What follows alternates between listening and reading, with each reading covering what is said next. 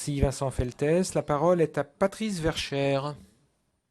Oui, merci Monsieur le Président. Monsieur le Ministre, faire entrer l'école sous l'ère du numérique, je crois que c'est un objectif qui est en effet indispensable. Mais Monsieur le Ministre, faut-il encore que les communes en aient les moyens, et notamment les communes les plus rurales? Il y a eu sous le précédent gouvernement un plan pour financer l'équipement numérique des écoles rurales. C'était l'opération École numérique rurale, qui a permis à plusieurs milliers d'écoles d'être équipées.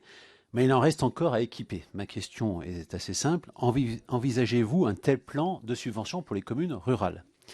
Ensuite, Monsieur le Ministre, à l'intérieur de votre dossier de présentation de votre projet de loi pour la refondation de l'école, je note que vous souhaitez mieux associer les partenaires de l'école et mieux évaluer le système éducatif, qui est un objectif louable.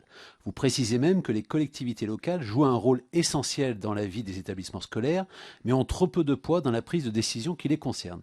Vous avez raison, mais force est de constater que vous avez passé un peu outre cette envie d'associer un peu mieux, notamment dans le cadre des rythmes scolaires. Il ne s'agit pas pour moi de porter un jugement sur la nécessité de passer de 4 jours à 4 jours et demi, c'est probablement une bonne chose. Par contre, force est de constater qu'il y a un vrai souci de financement de cette réforme. Il y a bien 250 millions d'euros, mais quand on voit le coût que cela engendre pour les collectivités, pour les maires dont je suis, on se pose beaucoup de questions tant à la pérennité de ce montant.